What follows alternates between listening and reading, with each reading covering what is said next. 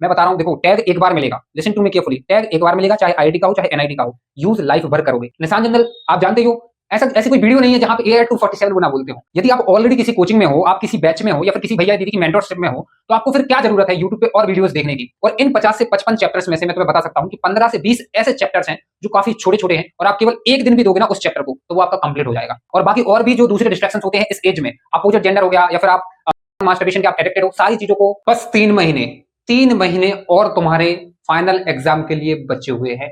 JEE Mains 2025 first attempt, JEE Mains 2025 का जो first attempt है वो सबसे ज्यादा कॉम्पिटिटिव होने वाला है। सबसे ज्यादा नंबर ऑफ कैंडिडेट्स इस एग्जाम में अपीयर होने वाले हैं। लेकिन हर एक कैंडिडेट्स के लिए जो फर्स्ट अटेम्प्ट होता है वो एक गोल्डन अपॉर्चुनिटी की तरह होता है, क्योंकि चाहे आप अपने आप को देख लो या फिर आप अपने चारों तरफ के दोस्तों को देख लो, मोस्टली ऐसे बच्चे होंगे जिनका जो सिलेबस है वो इनकम्प्लीट होगा। बहुत सारे ऐसे बच्चे मिल जाएंगे, इवन मैक्सिमम ऐसे बच्चे हैं जिनको इनर कॉन्फिडेंस ही नहीं है कि वो जेई मेंस में 100+ मार्क्स जो है वो स्कोर कर पाएंगे।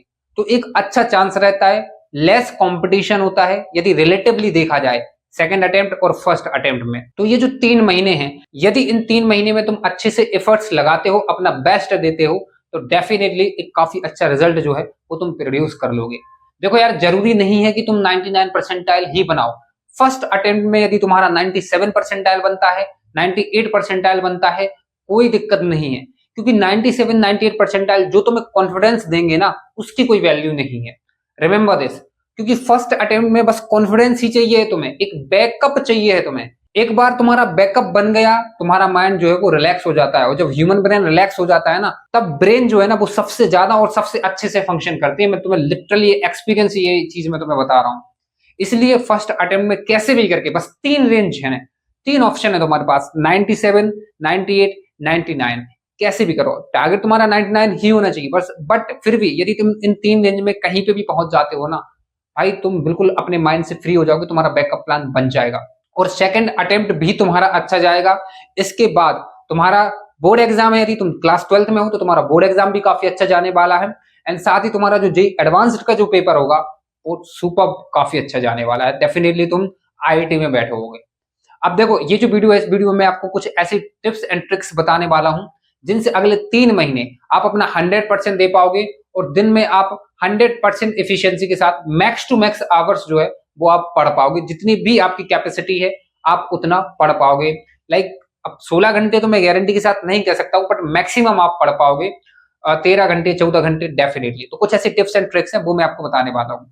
सबसे पहली चीज तो ये है कि देखो, 15 घंटे या 16 घंटे यदि आपको पर डे पढ़ना है ना, तो उसके लिए कहीं ना कहीं जो आपका जो वाय है, जो आपका जो मोटिवेशन है ना, वो बहुत ज्यादा क्लियर होना चाहिए। और वो मैं पहले आपका मैं क्लियर कर दे रहा हूँ। आप जिस एग्जाम की प्रिपरेशन कर रहे हो, उस एग्जाम के बाद क्या होगा वो तो मुझे नहीं पता है।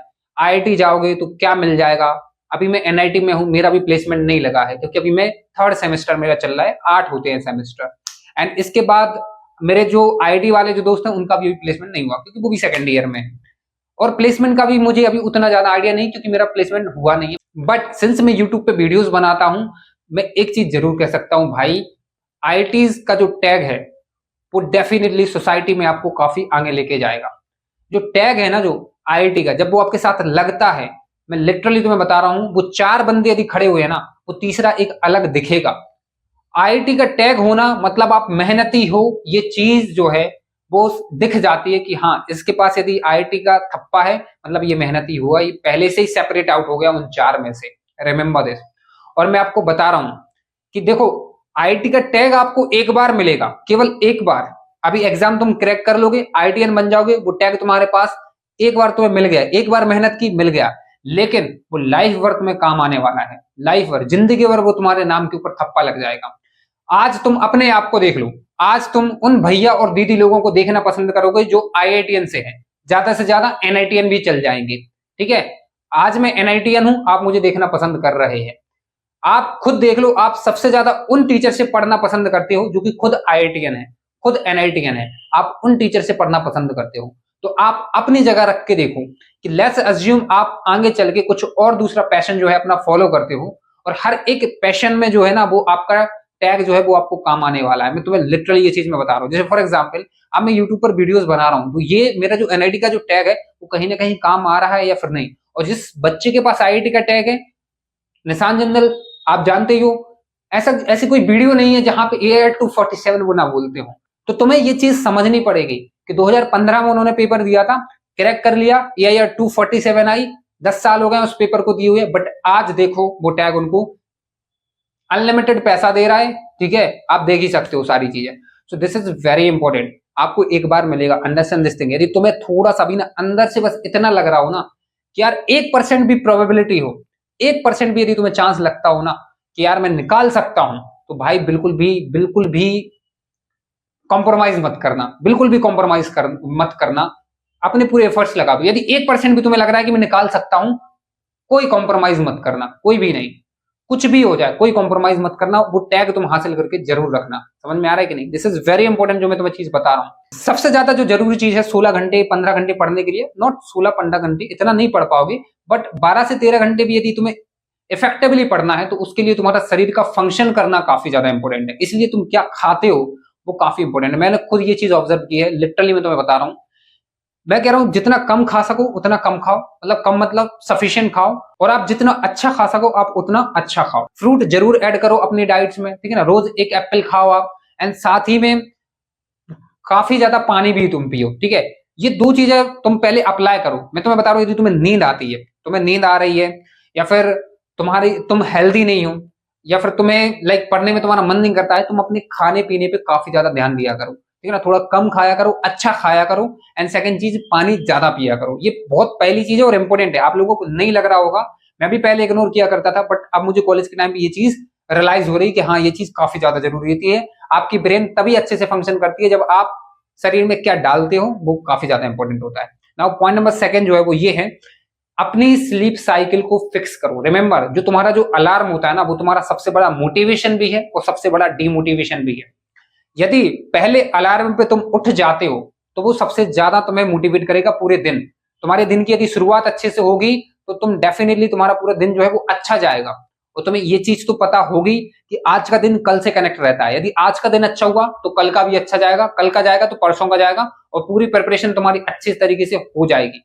लेकिन सबसे बड़ा डिमोटिवेशन भी तुम्हारी अलार्म क्लॉक ही होती है। यदि तुम नहीं उठे ना, तुम्हारा अलार्म बजा, लेट्स से 6 बजे बजा, और तुम 6 बजे नहीं उठ पाते हो, तो वही सबसे बड़ा डिमोटिवेशन है।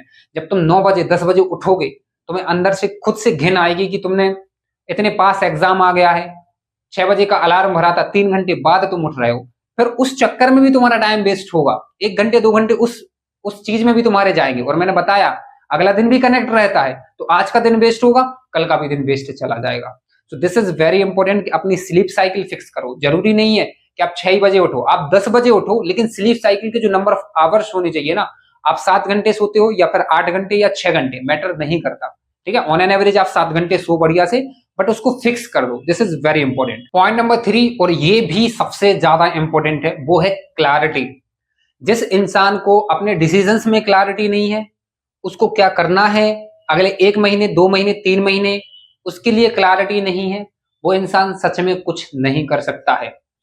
आप अपने माइंड में पूरे क्लियर रहें, माइंड में क्लैरिटी आपके होनी चाहिए, चाहे वो टाइम टेबल से लेके क्लैरिटी हो, या फिर वो अपने बैकलॉग्स के लिए, या फिर अपनी जेई स्ट्रैटेजीज के लिए कि 3 महीने क्या करना है। माइंड में जितनी ज्यादा क्लैरिटी रहेगी, माइंड उतनी अच्छे से फंक्शन करेगा और आप उतनी अच्छे से पढ़ पाओगे। तो एक आपकी स्ट्रैटेजी होनी चाहिए, उसी पर आपको स्टिक होकर रहना है। एक आपका टाइम टेबल रहना चाहिए, उसी पर आपको स्टिक होकर रहना है। किस तरीके से बैकलॉग कवर करना है, उसी तरीके से कॉन्स्टेंटली आपको अगले 90 डेज 100 डेज के लिए काम करना है। तो क्लैरिटी लाना काफी ज्यादा इंपॉर्टेंट है। और यदि आपको लगता है कि वो क्लैरिटी नहीं है, वो स्ट्रैटेजीज टाइम टेबल में क्लैरिटी नहीं है, आपके पास चांस है, बहुत ही कम प्राइस मैंने मेंटरशिप का रखा हुआ है, लिंक आपको डिस्क्रिप्शन में मिल जाएगी, आप डेफिनेटली उसको ज्वाइन कर सकते हैं। इस मेंटरशिप का जो सबसे हाईलाइटेड फीचर है वो ये है, you can call me any time. और जैसे मैं अभी तुमसे वीडियो पर बात कर रहा हूं, मैं पर्सनली कॉल पे तुमसे बात कर रहा हूँ। This is the highlighted feature of this, and इसकी जो वैलिडिटी है वो टिल फर्स्ट अटेम्प्ट है। तो डेफिनेटली आपको लिंक जो है वो चेक करना चाहिए। सो दिस इज वेरी इंपॉर्टेंट कि आपका माइंड कितना क्लियर है, वो उतना ही अच्छे से फंक्शन करेगा और आप उतने ही अच्छे से पढ़ पाओगे। इसके बाद जो नेक्स्ट जो सबसे ज्यादा इंपॉर्टेंट पॉइंट है वो ये है कि यदि आप लिटरली अपना सिलेक्शन चाहते हो तो इस मोबाइल से आप जितना दूर रह सको दूर रहो। आप यूट्यूब पे, ये जो इंस्टाग्राम पे और जो फेसबुक पे जो आप ये शॉर्ट्स को देखते हो या फिर आप यूट्यूब पे ये जो फालतू की जो स्ट्रेटेजिकल वीडियोस देखते हो, आप खुद काउंट करके देख लो कि अभी तक आपने जेईई मेंस के फर्स्ट अटेम्प्ट के लिए या फिर आईआईटी 2025 के लिए कितनी स्ट्रेटेजिकल वीडियोस आपने देख ली है। टोटल आप काउंट कर लेना, आपको खुद से शर्म आएगी कि मैंने इतनी देख ली है लेकिन इंप्लीमेंट मैंने एक भी नहीं की है। यदि आप ऑलरेडी किसी कोचिंग में हो, आप किसी बैच में हो या फिर किसी भैया दीदी की मेंटरशिप में हो, तो आपको फिर क्या जरूरत है यूट्यूब पे और वीडियोस देखने की, या फिर यूट्यूब के शॉर्ट्स को देखने की, या फिर इंस्टाग्राम पर रील्स देखने की। इंस्टाग्राम को अभी इंस्टॉल करो और यूट्यूब पे अभी आप ऐप लॉक का यूज करके उस पे पासवर्ड डालो, एक बड़ा सा पासवर्ड डालो और अपने पेरेंट्स को दे दो। काफी इफेक्टिव आइडिया है ये। और बाकी और भी जो दूसरे डिस्ट्रैक्शंस होते हैं इस एज में, अपोजिट जेंडर हो गया या फिर आप मास्टरबेशन के आप एडिक्टेड हो, सारी चीजों को मैं बता रहा हूं। देखो, टैग एक बार मिलेगा, listen to me carefully, tag एक बार मिलेगा, चाहे आईआईटी का हो चाहे एनआईटी का हो। यूज लाइफ भर करोगे, यूज लाइफ भर करोगे, लेकिन ये टैग का जो मौका है ये चला गया, आगे तुम्हें कभी मौका नहीं मिलने वाला है। और बाकी ये जो तुम जितनी भी ये पागलपंती अभी कर रहे हो ना, जो अभी राइट टाइम नहीं है तुम्हें करने का। भाई कॉलेज पूरा डला है, कॉलेज के बाद पूरी लाइफ डली है इन सब चीजों को करने के लिए। So what I am just saying कि प्लीज इन सब चीजों को छोड़ो, मोबाइल को छोड़ो, ये अपोजिट जेंडर अट्रैक्शन को छोड़ो। अभी लिटरली बस 3 महीने की बात है यार, एज अ बड़ा भाई मैं तुम्हें बता रहा हूँ, बस 3 महीने की बात है। फर्स्ट अटेम्प्ट अच्छा जाएगा, सेकंड भी जाएगा, एडवांस भी जाएगा। 3 महीने बाद जो करना है कर लेना, और फिर कॉलेज तो फ्री है ही पूरा तुम्हारे लिए। आईआईटीज एनआईटीज में आओ, ठीक है, जहां टॉर्च मारोगे ना वहां कपल्स दिखेंगे तुम्हें।